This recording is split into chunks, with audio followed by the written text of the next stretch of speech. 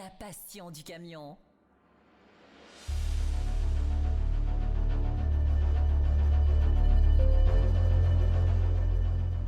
Bonjour à tous, alors nous voici de retour sur les réseaux sociaux, le site internet France Route, vous connaissez le teaser de nos essais. C'est un peu une vidéo des coulisses, c'est pas l'essai complet, vous le retrouverez évidemment dans le magazine, en kiosque, chez votre marchand de journaux. Derrière moi, le véhicule que nous avons essayé aujourd'hui sur le parcours Rhône-Alpes, on rappelle, on part d'ici, de Mâcon. Alors c'est pas la neige que vous voyez derrière moi, c'est un tas de sel. C'est un peu là où on fait l'avant-première, où on prend les côtes, on mesure, avant de partir sur la route. Derrière moi, le véhicule, alors un Volvo FH, Globetrotter, je dirais à première vue comme ça, tout ce qu'il y a de plus classique. En revanche, regardez sur la portière, Gas Powered, c'est le camion qui fonctionne au GNL de chez Volvo. 460 chevaux sous le capot. On va justement essayer de voir s'il y a des différences par rapport au diesel. Un modèle diesel que nous avions essayé il y a quelques temps sur le même parcours, ça va nous donner l'occasion de comparer les chronos, la consommation,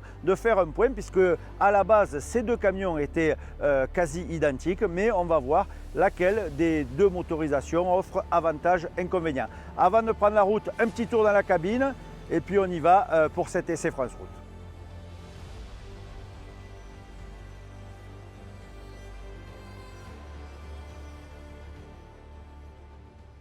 Allez, avant de prendre la route, je vous avais promis, on va faire un petit tour dans cette cabine qui, ma foi, est fort bien équipée, hein, ces nouveaux FH. Alors évidemment, les modèles presse, je le répète à chaque fois, on nous met ce qui se fait de mieux, toute option, pour vous faire découvrir ce qu'il est possible d'avoir. Mais soyons clairs, une fois de plus, tous n'auront pas la chance de rouler dans un tel modèle. Hein. Alors évidemment, c'est le gris cuir, hein, un bel espace, c'est un Globetrotter, pas mal d'options, machine à café, le réfrigérateur évidemment, mais en règle générale la cabine n'a pas changé, elle a évolué, plein de petites nouveautés, par exemple cet écran central, et vous verrez c'est absolument génial, vous aurez tous les détails dans le magazine, vous pouvez régler plein de choses, notamment la direction. Alors ça paraît complètement fou quand on le dit, la direction, et bien comme c'est une VDS, hein, c'est-à-dire une direction assistée électriquement, et bien on peut en régler les différents modes. Vous pouvez mettre durcir, stable, choisir exactement comme vous voulez, ou choisir des réglages préétablis,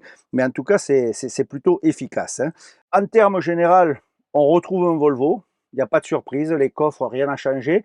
Ici on a les coffres supérieurs sur l'arrière de la cabine, qui permet vraiment un volume de stockage correct, hein, pour le chauffeur qui va partir à la semaine, puisque rappelons-le, hein, ces camions aujourd'hui au gaz ne sont pas exclusivement réservés à du régional, hein. Aujourd'hui c'est des camions qui partent en national également, parce qu'avec le maillage des stations d'avitaillement, eh bien les camions ont une autonomie suffisante pour partir à la semaine. Voilà, donc un Volvo qui, une fois qu'on est à l'intérieur, on n'a aucune différence entre ce modèle gaz ou diesel, si ce n'est au tableau de bord les jauges différentes, puisque ici on va avoir une jauge gaz, une jauge diesel, une jauge AdBlue, hein, puisque là encore vous retrouverez tous les détails dans le magazine.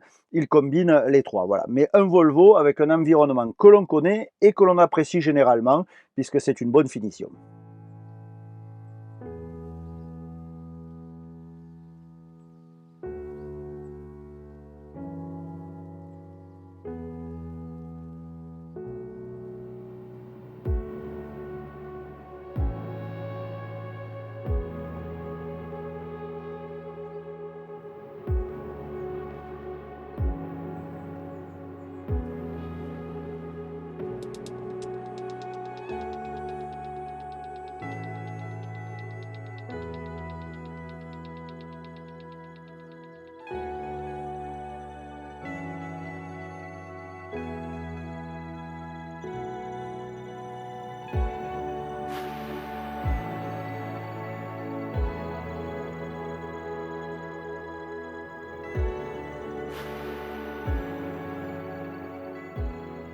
Allez, je suis au volant de ce fameux 460 gaz, hein, de chez Volvo sur la première partie de notre parcours. Vous savez qu'il y a 3 secteurs, 3 étapes. La première, c'est celle qui relie Mâcon, Genève, en passant Dans la région de Bourg-en-Bresse, il y a pas mal de up and down, hein, c'est des petits faux plats, ça monte pas vraiment, c'est assez facile.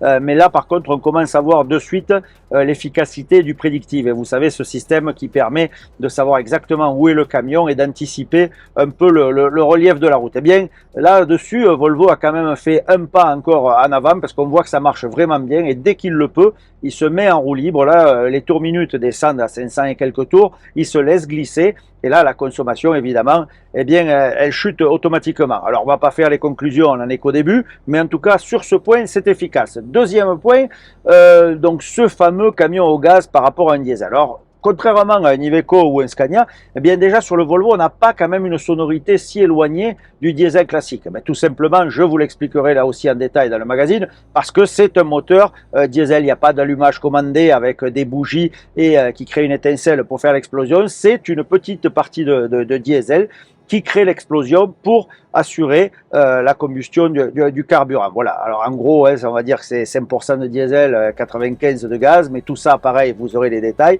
Mais ce qui fait que déjà, en perception, en sonorité, eh bien, on n'a pas de différence. On va voir tout à l'heure sur les parties plus montagneuses où ça monte vraiment, si là, ça a une incidence, parce qu'on sait que les camions au gaz, eh bien, il manque, alors non pas des chevaux, puisqu'on a qu'à 160 chevaux, mais il manque du couple. Alors, est-ce que le Volvo fera mieux que ses concurrents? C'est là la question que l'on va vérifier pendant cet essai. Mais en tout cas, au premier abord, au niveau perception de conduite sur cette première étape, eh bien malin, celui qui serait capable de faire la différence s'il ne savait pas qu'il était au volant d'un camion gaz. Tout à l'heure, on se retrouve pour la suite.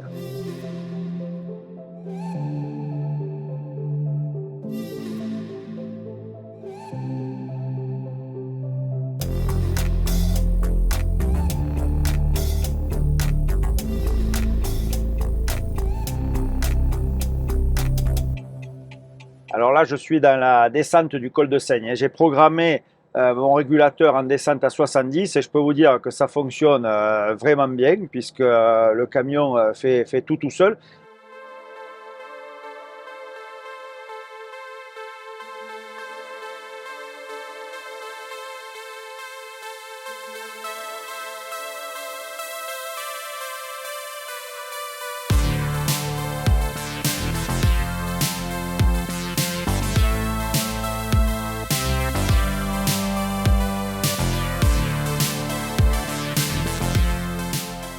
Alors là, je suis dans une descente. Hein. Vous savez qu'après le col de Seigne, on a pas mal de descentes limitées à 70 km/h. J'ai programmé ma vitesse en descente à 70 km/h et à ce moment-là, c'est assez surprenant. Alors, j'ai pas de Voigt sur ce modèle-là.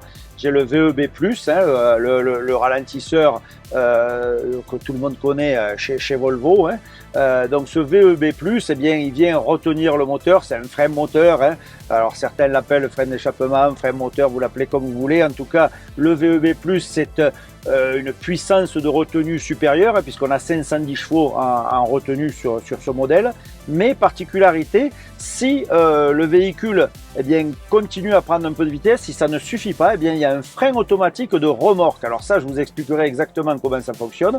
C'est assez surprenant. Au premier abord, j'avoue, on sent le camion s'asseoir un peu à l'ancienne, hein, comme quand on avait ce frein de remorque. Alors les plus vieux connaîtront, hein, les nouveaux auront du mal, mais on avait ce frein de remorque. Et bien là, ça fait un peu pareil, ça vient tirer le camion vers l'arrière de façon à maintenir la vitesse à laquelle on l'a programmé. Alors surprenant certes, mais je dois dire, ça fonctionne.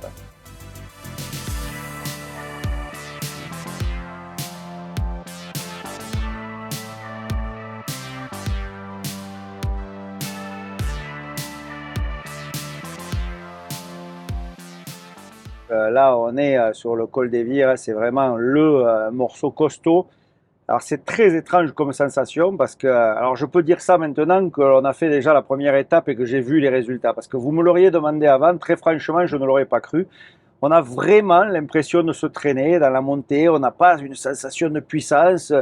On a l'impression que le camion subit, eh bien, il en est tout autrement. Quand vous regardez les chiffres, pour vous donner un équivalent sur le premier col, on a fait le résultat d'un Scania 540, diesel classique. Alors, j'ai été surpris quand j'ai vu le chrono, mais c'est la vérité. Et pourtant, je suis là dans le col et j'ai vraiment l'impression que ça s'assoit. Mais il n'en est rien, c'est très trompeur. Vous aurez tous les détails dans le magazine.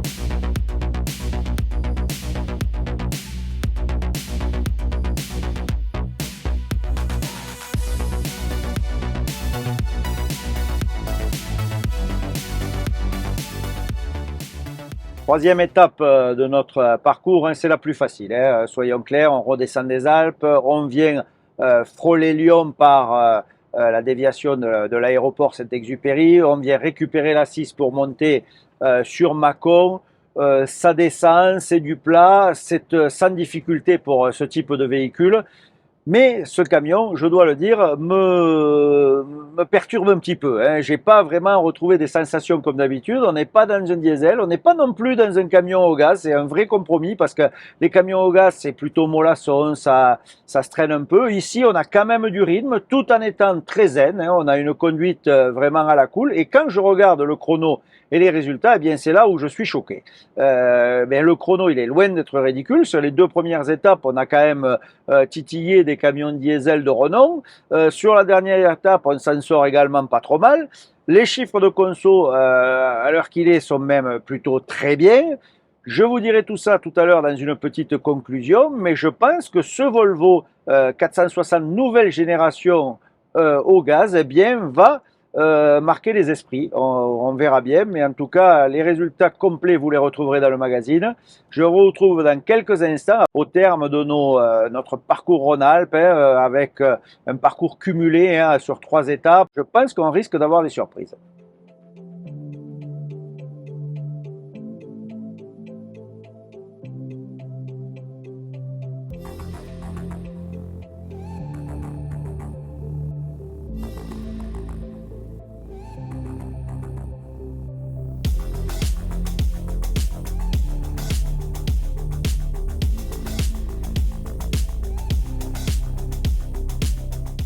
Allez, nous voici ici à Mâcon, hein, au terme de notre essai des 3 étapes. Hein, ce 460 GNL, on est surpris, même un peu déconcerté, hein, je vous l'avoue.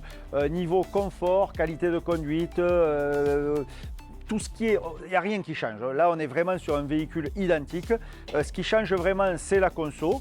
Les chiffres sont surprenants, vous verrez les détails. Cette nouvelle génération de Volvo a encore fait un bond en avant et autant vous dire que ça m'a surpris. Tous les détails dans le magazine, les fiches techniques, on vous expliquera exactement le fonctionnement du moteur. Alors c'est pas un véhicule au gaz comme on les connaît d'habitude, hein. C'est pas un allumage commandé, c'est un mix diesel, gaz et avec évidemment qui dit diesel un peu d'AdBlue. On se retrouve très vite sur les réseaux sociaux. Bonne route à vous tous.